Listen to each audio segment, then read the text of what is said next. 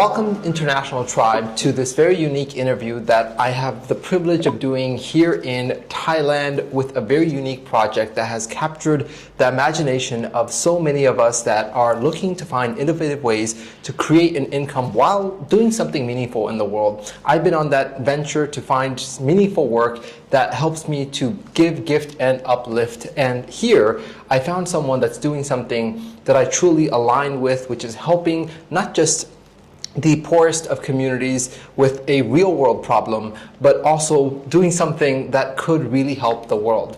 And in the process, we're able to align our entrepreneurial endeavors to make an amazing income. With that, I'm joined here with Jay, who is the founder of Corsair and an amazing endeavor to change the world. Jay, thank you for your time. Thank you for having us here in your lovely home office and your studio to share with the world what you're up to. With that, give us an introduction into who you are and how you got into the world of entrepreneurship. Thank you very much. So I'm originally from Finland. Nice. I have been living here in Thailand now for just about 20 years. Wow. So Thailand is very much the home.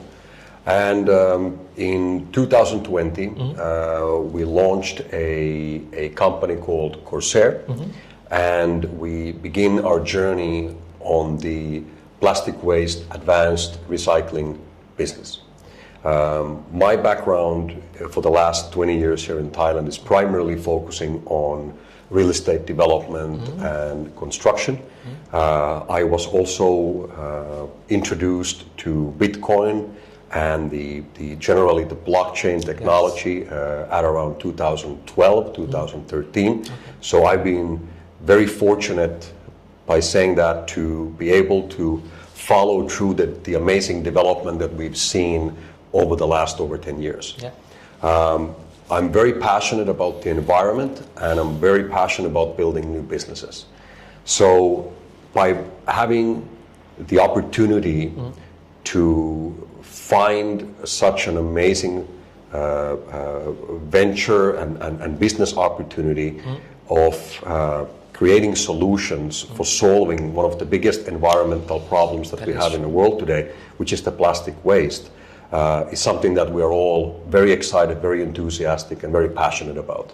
So that's a little bit about myself. You know, what's interesting is that even before realizing that there's a business opportunity that I could get involved with, because it sounds way out there, it sounds like a governmental problem. What can everyday people like you and like us do? I was reading about the microplastic issue and the shocking revelation of it getting into our foods, getting into our body, getting into our brain even, and how serious that is. And I was like, well, what can I do about it? I mean, maybe stay away from plastic as much as we could, but we're drinking out of water bottles, we're discarding them here and there. It's just a part of our lives. And now there seems to be something I can do about it that is both healthier for me, healthier for the environment, and a business opportunity. So how did that come up? Because it's a very unique proposition what you guys are doing. And yesterday you said something that I was thinking about after I left, which is imagine you have a box, and if you could put plastic material in that box, whether it be water bottles or packages and bags of things, and then out through a very intricate process, money comes out.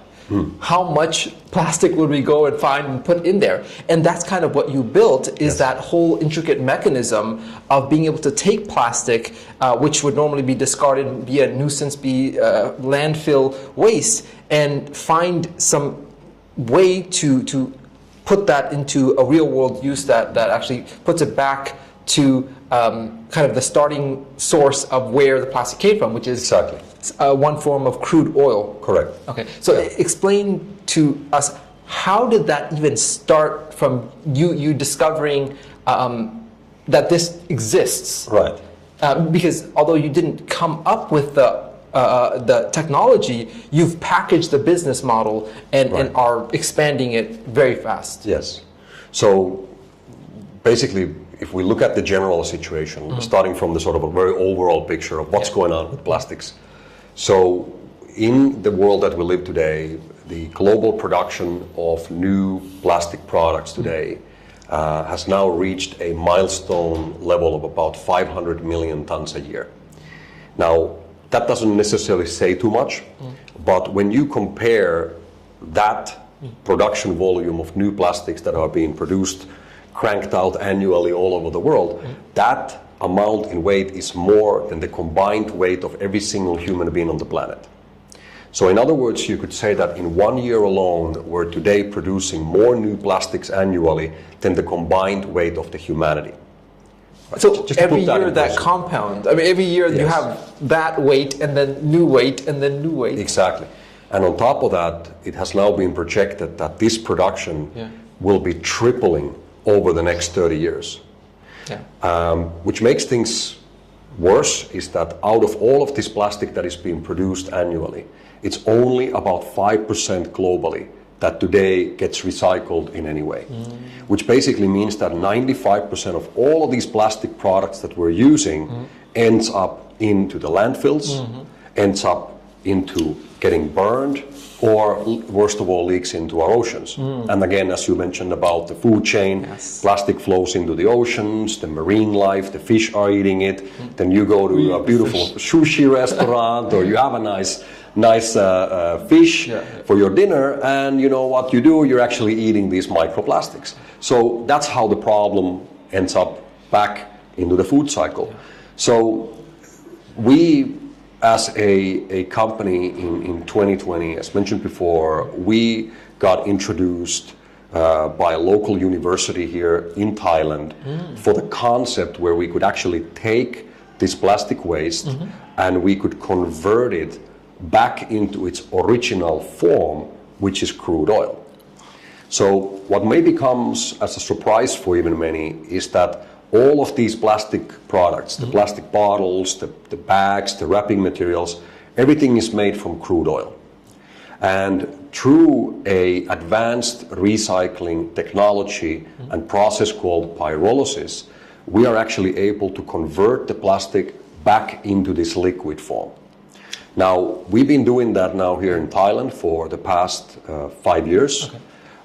We work together with companies like Shell, who is basically our largest client at the moment, both here in Asia as well as in Europe.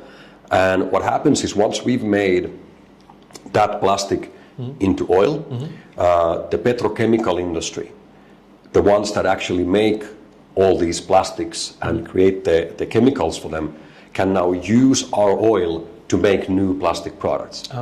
So in simplified terms, an old plastic bag gets converted into oil, and then that oil can be used again to make a new plastic bag. This leads into more circularity, where we can now create more environmentally friendlier and sustainable new plastic products. And at the same time, it reduces our need for the crude oil and pumping that oil from the ground, when we can already use the garbage that we have here to make the plastic that we need on our daily lives. That is really innovative, being able to use existing which is kind of an interesting cycle, because you use crude oil to make the plastic. Now use the plastic to make crude oil, which then makes the plastic. Exactly. So it's quite an interesting cycle. I'm curious though, why these big companies like Shell, why they're not doing it themselves? It seems to be an endeavor that's left up to independent entrepreneurial endeavors to create that. Shell, which is surprising, is buying oil from you instead of them creating the process themselves. Why is that? Yes, that's a very good question, by the way. And we actually asked this question ourselves from some of these guys, where we've had meetings with every petrochemical major out there, and we've already formed collaborations with several of them. And when I mean these companies, these are some of the biggest corporations in the world, not just the biggest oil companies, some of the biggest companies globally. Wow. And Shell has been our offtake partner now already for about 2 years. And this year we're going to also announce new collaborations that we've already done and started. But we did ask this question. In this case, we actually had a director of one of the largest oil and gas companies was visiting us here in Thailand, and over a dinner, we actually asked them and said, like, you guys made $20 billion profit last quarter. You have a warehouse full of chemical engineers and everything. So, like, why do you come to us? Why don't you guys do this? And his answer was actually quite brilliant. There was 2 steps to this. Number 1, they don't want to deal with the garbage. That's the biggest point. When we think about our actual operation, what we're doing is obviously we are dealing with waste, which means that we're dealing with landfills, we're dealing with waste sorting, we're dealing with all of those things. They don't want to get involved with that. That was their first answer. They don't want to deal with the garbage. They simply want the oil product, and that's it. And they're very happy to support somebody to do that, but that is not their business. They're oil and gas and petrochemical companies. They're not waste management companies. And this is also what people often maybe mistake. When we talk about oil, what these guys, in this case Shell, what are they buying from us? They're not buying actually oil, because they got a lot of oil. They're pumping out, I don't know how many million barrels a day or whatever. They got enough oil. What they're actually buying from us is liquid, recycled plastic. So yes, it comes in a form of oil, but actually it's not oil as we think of it, right? They got plenty of that. They don't need us to do that. But what they need is they need the recycled plastic. And the reason is that with all new, already existing and new regulations that are being implemented, for example, starting from this year, 1st of January, the plastic manufacturing companies, which are these petrochemical majors, that are now dealing, for example, within the European Union area, are obligated to use now a minimum of 30% recycled raw material in the manufacturing of new plastic products. So what happens there is that they are required to use these recycled feedstock raw materials in their production, and if they don't, they're paying very, very high penalty taxes for the EU. So because of this regulation, there is now a massive demand for recycled liquid plastic, which is what they're truly buying. So the first reason is that they don't want to deal with the garbage. The second reason, which I think he in this case, this gentleman made a very good point, he said that this industry, as they see it right now, is still in such an early stage, which means that you need the entrepreneur. And this comes back into your topic and the topic of the show here, is also that you can't, as a major corporation, hire a bunch of guys who work from Monday to Friday, 9 to 5, and say, hey guys, go build this new business for us. Doesn't work like that. You need the entrepreneur who is going to grind for the 5, 6, 7 years and get the business to a point where then they can come with their big oil dollars and say, you know what, you've done a great job. How about, here's your package, here's your deal, let us take over, and now you come and work for us for the next 5 years. These corporations, they don't build businesses, they buy businesses. And our industry is still at that stage where you need to have the entrepreneurial spirit to go out and make it happen, and then these guys can get involved. So, I mean, I think it's very practical and it makes a lot of sense, but it was great for us to also hear, because like I said, we had the same question. Why do you guys need us, right? And okay, that's it. I'm sure that will be at the forefront because you guys have done a lot of foundational work, but of course nothing as big as these oil giants that can, do any of these. Oh, absolutely. And it's very important to note that I think you used the example of McDonald's doesn't produce their own ice cream machines or their own they don't have their own, let's say, construction company to build their own facility. They're in the business of what they specialize in, and everything else they hire other companies to do. And in a similar way, I think they want to focus on their space, which is the oil and getting that out of the ground. And whenever it's right, they'll buy into these entrepreneurial endeavors.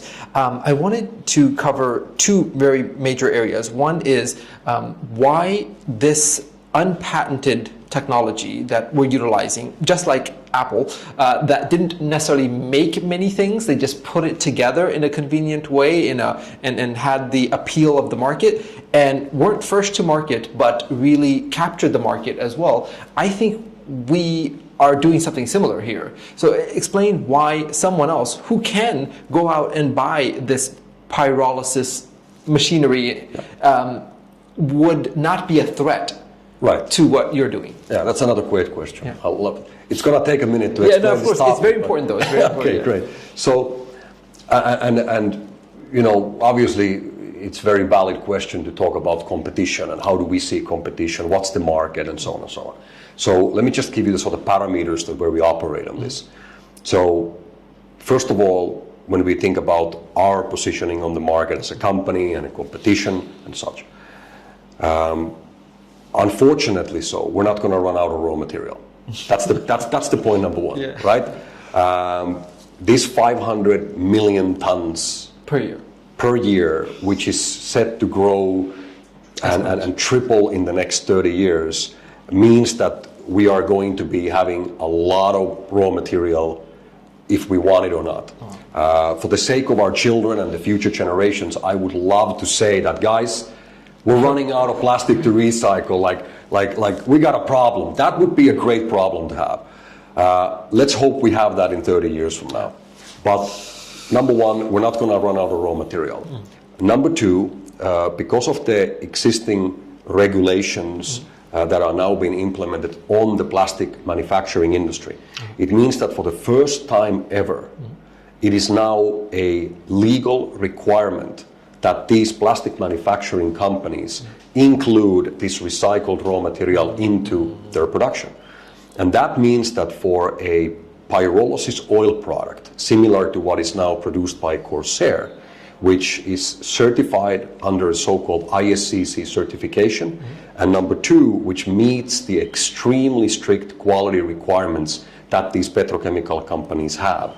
There is currently a market demand of approximately 100 billion liters a year for this oil product. Now, while I say that, it's good to highlight that the global supply is today less than 40 million liters a year. So we're basically looking at a gap between supply and demand between 40 million liters a year and about 100 billion liters a year. So that's basically the market where we operate. And I'm also very happy to say that whereas we work together with Shell and we've had a great relationship with them, we are also working with other petrochemical companies, and we're constantly being approached by new companies who want to buy our product. Because they have to. Or they're legally obligated that some portion of their manufacturer. Exactly. And your kind of process and the end product is certified to the degree that it meets the governmental requirement that they need to meet. Yes. So they're seeking you out. Oh, exactly. I mean, I've had every single major oil and gas company knocking on our door. And I mean, I don't want to sound arrogant or want to sound too confident. We're very grateful. We're very happy with the situation, and we want to work with all of these great companies. But that is the situation. So we are in a very, very fortunate situation where our product is in massive demand right now. Our biggest problem is that we're not able today to produce enough of it, because every single liter that we produce anywhere globally is really being taken off our hands immediately. Wow. So that's a good situation. So number one, we're not going to run out of raw material. Number two, we're not running out of demand. So when it comes now to competition and it comes into this, let's say, proprietary technologies and such, as I mentioned earlier, my background is in real estate development and construction. So we chose very early on in our company's beginnings that we are not looking to become or looking to operate as a machinery manufacturing company. That's not our business. We're not a technology company. We want to be the project developer and then the operator. So similarly, like you said, your example, I've used an example that Starbucks doesn't make their coffee machines. Right? I mean, why would they, right? They're not in the manufacturing business. No, they're an operator.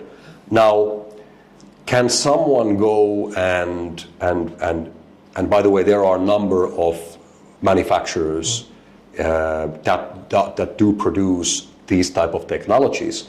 We're lucky to have very fortunate to have a partnership now with what we consider to be the two of the best operators globally on this industry. But there are a number of technologies available. And I very, very much encourage anybody who wants to build their own advanced recycling plant to go out there and make it happen. But I do have to put a warning label into this statement, whereas I can tell you that it took us about 3 years to figure it out. So the fact that to get from the launch to the point where you're actually able to produce a quality product that meets these requirements, and you have the offtake agreements, and you have everything in place so you can actually do what we're doing, it will take a few years to figure out. And we're very happy to even advise other companies to do that, because the reality is that there is no competition.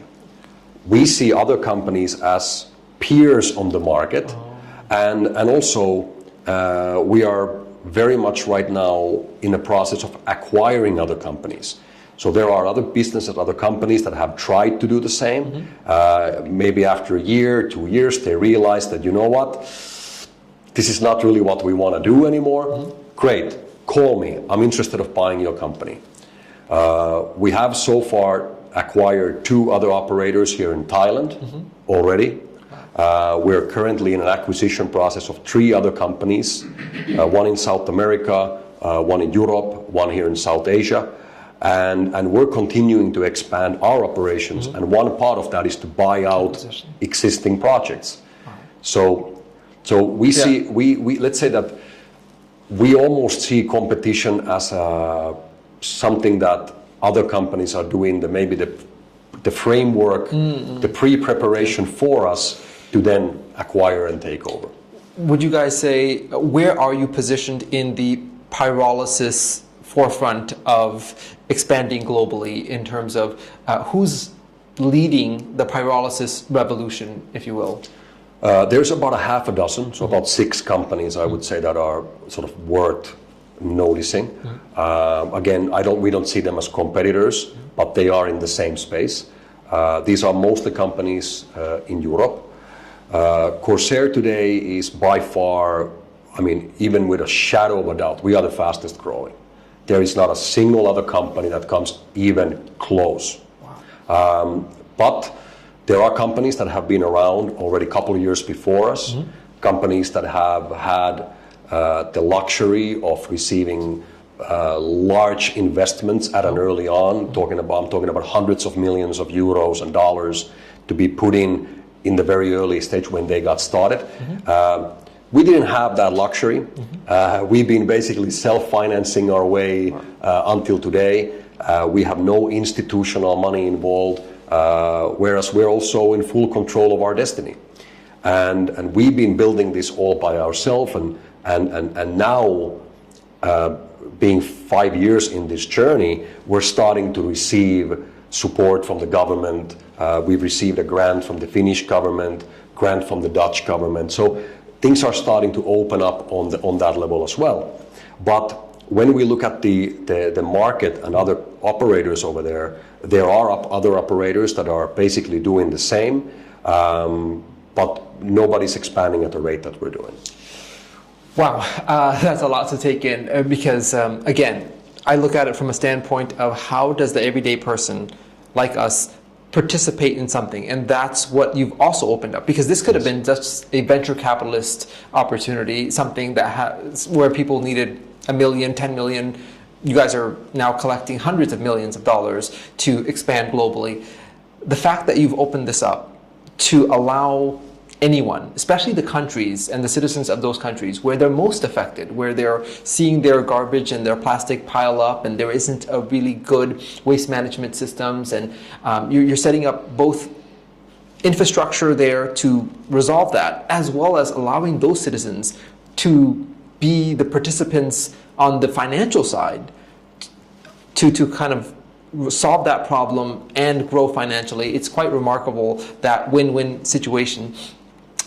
Why have you taken a network marketing model approach, whereas you didn't have to? You could have gone venture capitalist. Another very good question. We always believe that the bigger the problem, the bigger the opportunity. Yes. And by saying that, I believe personally that this plastic waste problem that we have today, which again, just to remind everybody, is I mean, one of the biggest environmental problems that we've ever seen. Yeah. I mean, you just go to any of the beaches in the Philippines, in Indonesia, even here in Thailand, you see it. You walk around the beach, you see all the garbage flowing around. You go a little bit away from the beaten track, and you're going to start to see these landfills that are all overflowing in plastic garbage, and it's only going to get worse. So we have to take action now. That's the bottom line. If we don't start seriously building a global plastic recycling infrastructure, we are going to literally drown under all of this plastic waste. And that should be the target of all of us. And I know that when we work together, we are going to be able to solve this. So what's the result? And what is happening on the field of regulations, and how does this one come down to the individual, and also involving our operations with direct sales and network marketing? So first of all, the United Nations, European Union, all the governmental entities are in full alignment on the fact that we have to solve this problem. What's the way to solve it? Well, the easiest way to solve it is to create monetary value on the plastic waste. That's it. It's that simple. And this is very much a same approach that has been done since 1990s with the carbon emissions. So many of the viewers might be familiar with carbon credits, or at least heard about the carbon credits. In the simplest way, the ones who pollute will have to pay for the ones who pollute less and clean. Well, the exact same model is now being applied to plastic. And there is a global rollout of the use of the plastic credits. Plastic credits, in this case, is a digital receipt which proves that plastic waste has been removed from the environment. So basically, when Corsair goes out and collects plastic from the landfills, or when we work together with many of our contributing partners, for example, here in Bangkok, we have the largest slum area in the country, with about 140,000 people living in extreme poverty. What we've done over there, for example, is we've set up a plastic waste collection center where these people can come and they can sell their plastic garbage to us. Wow. So there's a drop-off point, there's a scale, there's a guy with cash in hand. People can show up with wheelbarrows and bags, and they'll just bring their plastic, and we'll wait and we'll pay them price per kilo on spot. So what happens now is there is now a value on that plastic waste. Number two, the people that truly need the support are now getting an extra income while cleaning up their own community. And number three, we get a raw material that we can now use in our pyrolysis recycling process. And on top of that, from every kilo that is being collected, there is now the opportunity for us to create the plastic credits from. So the plastic credit, which is the digital receipt which is proving that this plastic waste has now been removed from the environment, can then be used by companies that pollute. So where this is heading now, and I'm going to do a bit of a projection for you guys over here, the plastic credit market will grow to become, in the coming years, at least about 10% of what the carbon credit market is, which is going to push the plastic credit market to be worth of tens of billions of dollars a year. And the way that it works is that the companies who create plastic pollution, your Coca-Colas and Pepsis and Nestle's and Unilever, all of these big brands that create the packaging are now becoming legally obligated to take responsibility of their packaging waste. This is part of a global rollout of extended producer responsibility programs, where if your company creates 1 million kilos of plastic waste per year through your packaging, you are now obligated to work with someone like Corsair to go out and recover from the environment the same amount of plastic. Wow. This is what is referred with you as a company offsetting your plastic waste footprint. The vehicle between the one who pollutes and the one who cleans is the plastic credit. And we launched our plastic credit called CSR in 2021, and that is today the leading plastic credit in the world. In the world? In the world. And the way how now everybody can take part of this is through our direct sales network marketing operation called Amplivo, which is part of the Corsair group of companies. We have now made it possible for every individual around the world to actually join into this mission of cleaning our planet from plastic pollution, join into this revolution where we are now making discarded plastic waste to become a valuable traded commodity. And by doing so, they will be able to benefit from being part of this cleanup process. That's amazing. Talk about being at the right place at the right time. There's so much demand for what you're providing, both from a company standpoint, governmental standpoint. It seems like everyone's pushing you to, a lot of times entrepreneurs face resistance trying to get their products into the market. You're facing the opposite, which is like being pulled in so many forward directions of we need this, we need this.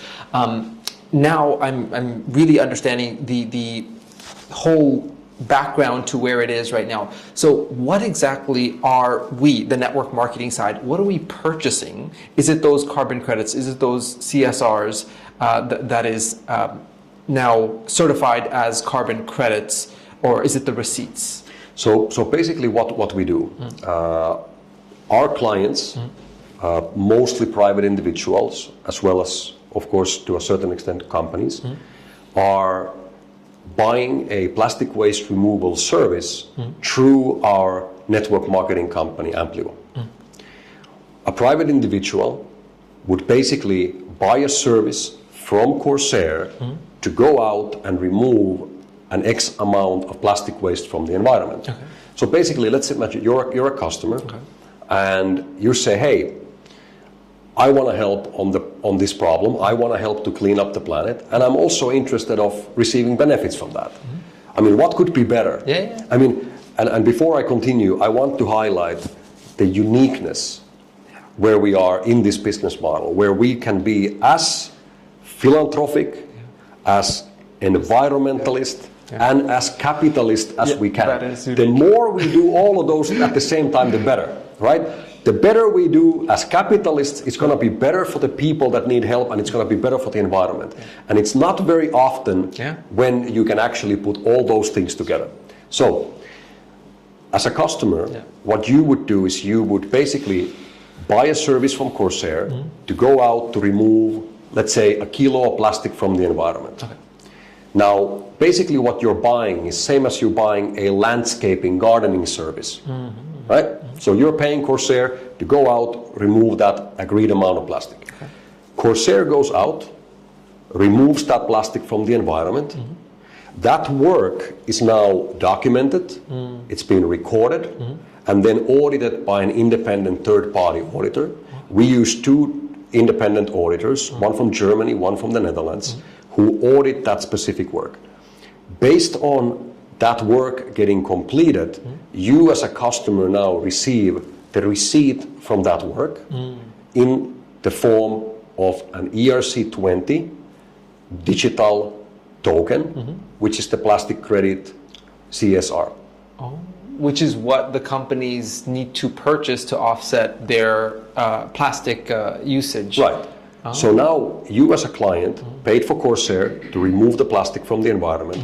Once the work was done, as a receipt from that work, you now receive those plastic credits. Okay. Now you as a customer, you have now 2 options. You can either decide to offset your own plastic waste footprint, whereas you as a private individual, during your lifetime will create, like all of us, about 5,000 kilos of plastic waste. So you could say, hey, listen, I want to do my part like I've done. I have actually offsetted Your call. officially or documented my personal plastic waste footprint, which is 5,000 kilos, approximately. So you could do that, or you could say, you know what, I'm just gonna sell these for someone else. So on that option, you could take those credits, which operate on the Ethereum blockchain, and you could basically move those credits to any of the public exchanges that are trading the CSR plastic credits, and you could basically go and sell them for someone else. Now here's the interesting part. Okay.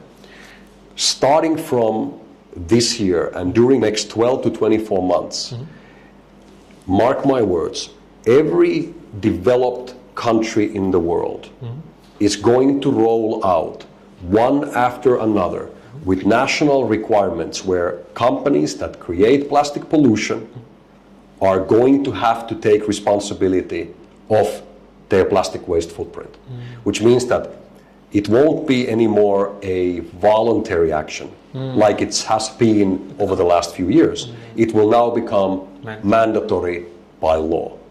And we've already seen companies like Pepsi getting sued by the state of New York. ExxonMobil in the US got just sued by the state of California. These big brands and companies are being attacked and are being sued and are being pressured because they are not doing enough to clean the environment from the packaging waste that they produce. And the solution for this is the plastic credit. Now, because of the regulations coming into play, because of the public, because of people demanding and wanting these brands and these companies to do the right thing, there's going to be a significant increase in demand of plastic credits into the market. Not only to our plastic credit, but the entire plastic credit market. And that, as we see, through an increased demand, is also going to increase the value of all plastic credits on the market. Oh, so it's not a static credit. Like if the CSR, if I were to pay for 1 kilo of plastic removal service and I get that receipt, it's not static, meaning that it can increase or decrease based on market demand. Absolutely. But where we're seeing the market is increasing demand. Exactly. So basically, we have the luxury of either selling it immediately when we get those credits on the open market, or possibly holding on to it for future evaluation. That makes a lot of sense. And I think this really gives a lot of context to how we as the individual are now participating in a much bigger ocean and a much bigger problem. And I believe the everyday person can participate for under 100 euros. Yeah, starting from 10 euros. That is amazing. From venture capitalist level, where this should be, I think, because it's that big of a problem. But of course, as you said, the bigger the problem, the bigger the opportunity.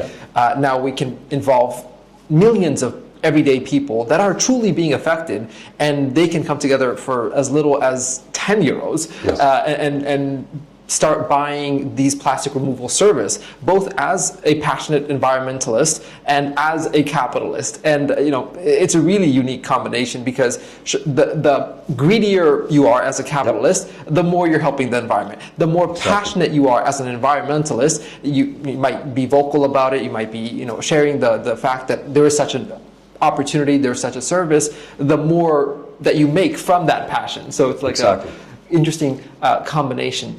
I wanted to also, you mentioned something yesterday which I found very, very interesting, which was we're purchasing one thing, but I think we're getting paid in 4 different ways or 4 different demands, or help me understand that again. Yes, so basically, when we look at the business model and how our company operates, we basically do the recycling work once, but we actually are able to generate today 3 sources of revenue, soon also including the 4th one. So depending on the country where we operate, and we are currently operational here in Thailand, we're also operational in Finland, which is our first European country with an already existing factory, and now we're expanding into a number of other European countries. We're expanding into Canada, into a number of states in the United States, in the Middle East, in Africa, and obviously all over Asia.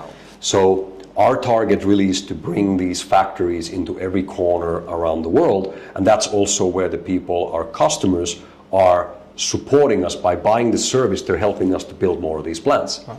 And I'm also very happy to say that now, as we've grown through those early stages, now we are also able to attract also that venture capitalist money, and hopefully in the future also additional support from the governments and such. But when we look at the revenue models, so depending on the location, for example in Europe, in North America, we would actually be paid to receive the raw material. So this would be the first source of revenue when you look at our operation part.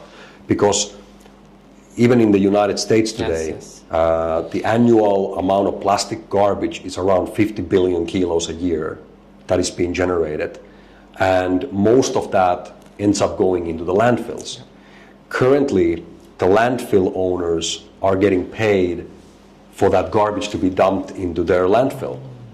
In this case, in a similar way, we are receiving a gate fee of taking that plastic waste in. So that's the first source of revenue.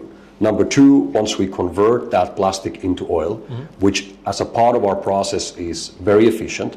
As an example, we can take 1,000 kilos of plastic waste, convert that into as much as 900 liters of oil.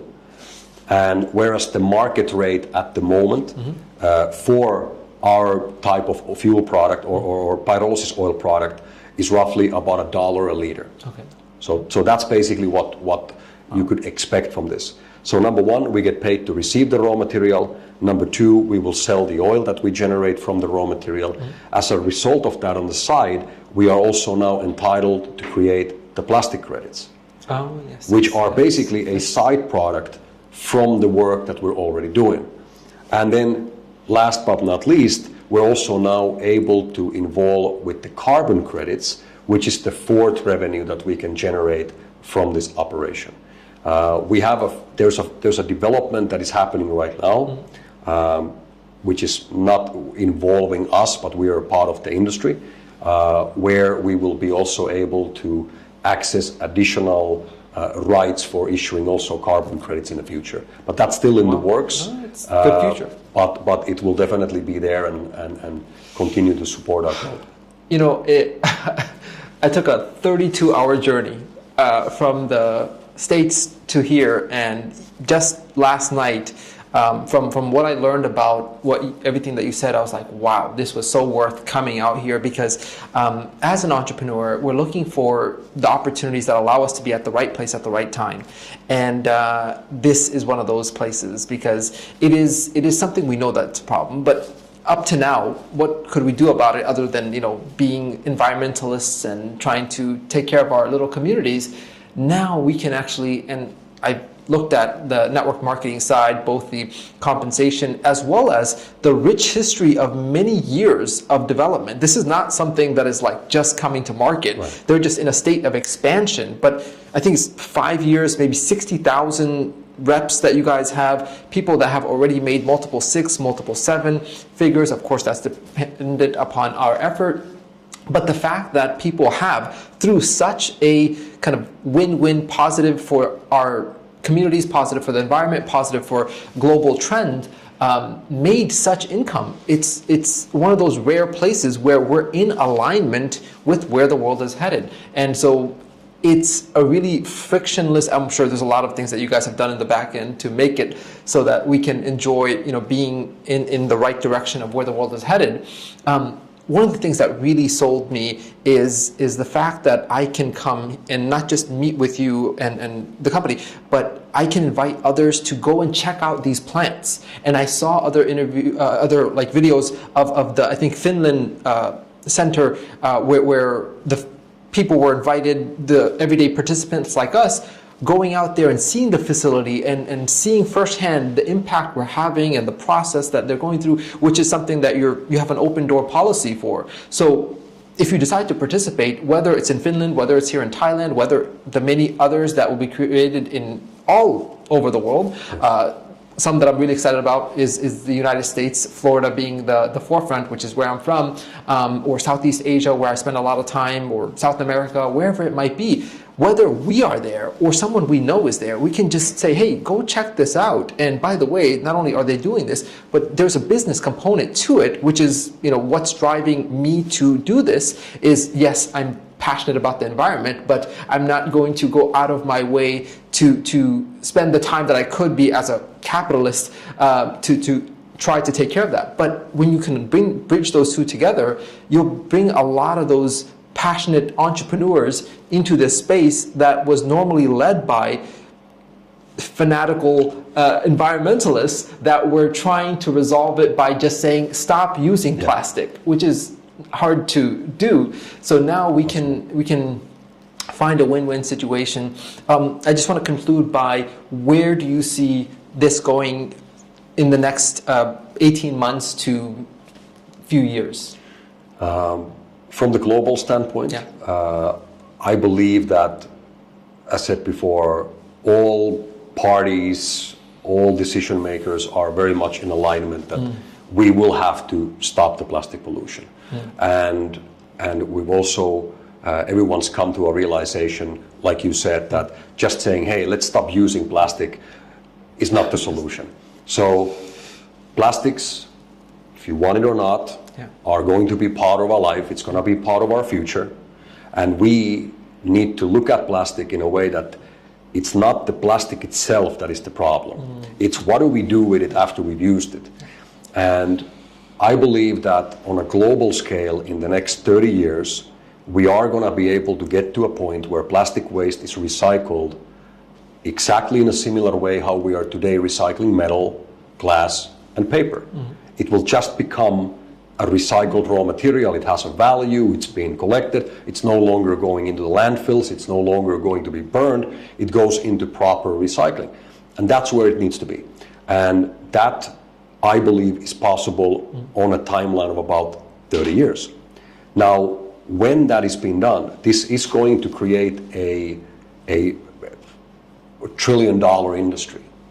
And there's going to be a lot of opportunities. There's going to be a number of billion-dollar companies that are going to be created as a result of this. There's going to be a lot of wealthy people that are coming out of this new economy. But on top of that, there is going to be millions and millions and millions of people around the world that will be able to benefit from this economy.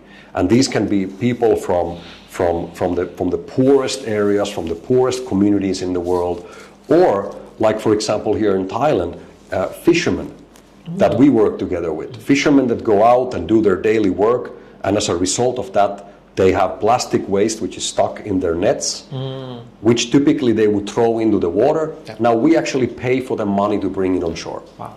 So these types of things are now possible on a global scale. We as a company are aiming to become one of the largest advanced recycling companies of plastic waste in the world. We have an ambitious target that around 2030 we would be able to produce more than 1 billion liters of pyrolysis oil annually. Oh, wow. Which sounds like a lot, but when you look at the market demand, it's actually only at that moment satisfying 1% of the global demand. So when I say ambitious, it sounds like a lot. Actually, well, if you're aiming for a 1% market share, it's not a lot, right? Yes. But we are aiming to build these plants all over the world, bring our environmental industrial solution to every corner around the planet where plastic waste is a problem, help millions of people to earn new income opportunities as a part of the new plastic waste economy, and also on top of that, through the Amplivo Network marketing company, to help people to build financial independence, extra income, and create fortunes that can last for generations. But most importantly, at the very core of everything that we do is always our mission of cleaning this planet from this plastic waste that is killing it. And as a result of that, leaving a greener, healthier, and safer future for our children and our future generations.